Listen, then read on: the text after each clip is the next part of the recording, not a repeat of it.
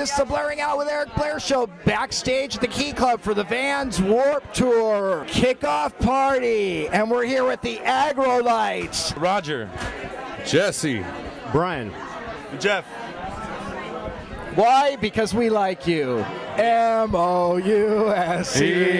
Tell me how it got together.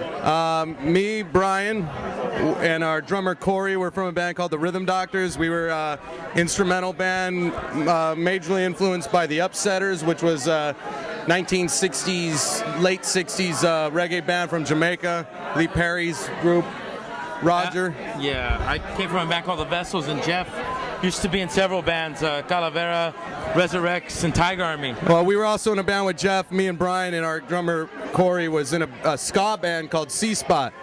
And we played in C-Spot with Jeff, and that was back in the late 90s. So there was a time when, I don't know, all the bands broke up and we had nothing going on, and we were doing a bunch of session work and playing different bands. So we decided to do what we wanted, create this dirty reggae, and we were originally doing it for fun.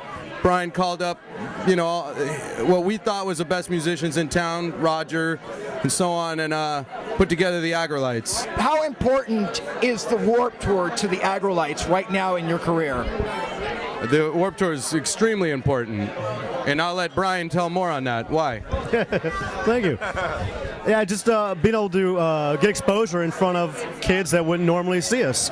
Because we do definitely have sort of a niche, and this is helping, just another way for us to break out. You know, we try to play with as many punk bands or any kind of music other than ska or reggae bands, so that we can get exposure, like bring the kids into this kind of music that wouldn't normally hear it, because it's not exactly pop music right now, reggae, but we love it. So now, I'm just looking forward to seeing an emo kid go pick up a Cimarip Skinhead Moonstomp record after the Warped Tour. did you just love this music, reggae, so much that you didn't care whether it was popular or not? You're just like, we're going to do this kind of music.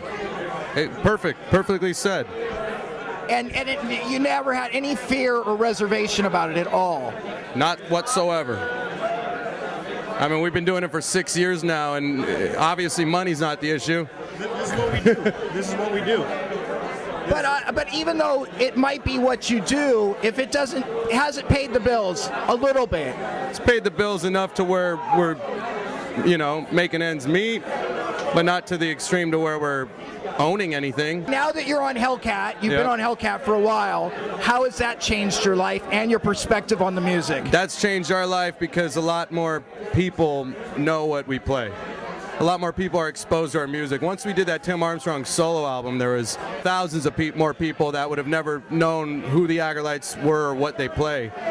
We got mixed up for a long time in, you know, where people would think that we're a third wave ska band playing, you know, that chink, chink, chink, chink, chink, chink, chink kind of style, or when you say you play in a reggae band, people think you're more of like a, you know, like Big Mountain or something, you know, which all respect to those bands, but we weren't that. And for a long time, it was hard to explain what we do, you know, and by us getting signed to Hellcat, we've exposed ourselves to a lot more of the, you know, mass acceptance for people to know who we are, and it's done a lot for us. This new album, according to you guys, is more, compared to the older albums, there's more of a soul base to this album, correct? Yes. Tell me how that came about. I know Roger's father is from a band called Tierra, which is a popular, old brown-eyed soul. Yeah, they're just music. kind of like East Los Angeles kind of soul stuff, and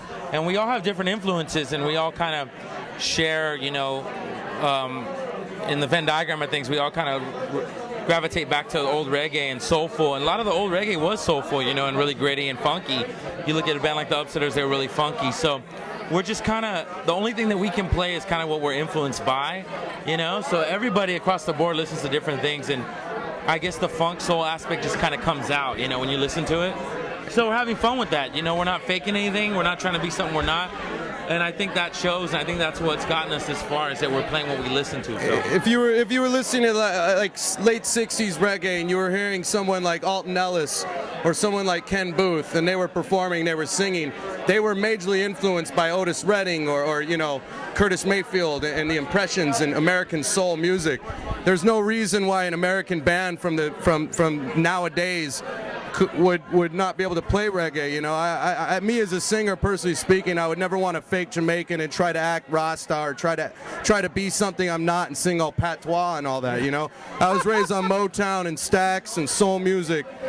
Why not add that soul? Because that's, to me, reggae is soul, and reggae is the toughest music I've heard. I got into reggae and I got into ska because of soul music. You know, so. Now tell me something. A lot of times reggae is affiliated with smoking large amounts of marijuana. Yeah. Is this a practice in the Aggrolites? Oh man, that's for you to find out. But that says it all. Actually, it doesn't, because you might come backstage and we might just be like reading the Bible and not smoking any marijuana at all. Since you brought up the Bible, are you guys believers? Definitely. Really? Yep. Where does that come from? Mom and Dad smacking you on the ass, making you go to church every Sunday. Really? And a lot of good happening out of that. Yeah. So you all? No, not all of us. I'm talking for me. I mean, okay. Everybody. This band never talks about anything personal. Everybody in this band, once you're the Aggrolite, once you're talking to the Aggrolites, you're talking to a unit. Okay. So if anybody talks political or religion or anything, we only get along with music, period. You're the real deal. Thank you. When I heard your stuff this morning, love you guys. Right on. Love you guys. This is an American band right here. All right. Blair show. Yeah, blaring out with Eric Blair with the Aggrolites, getting aggro. Like what? What? Like what? Aggro. Signing off.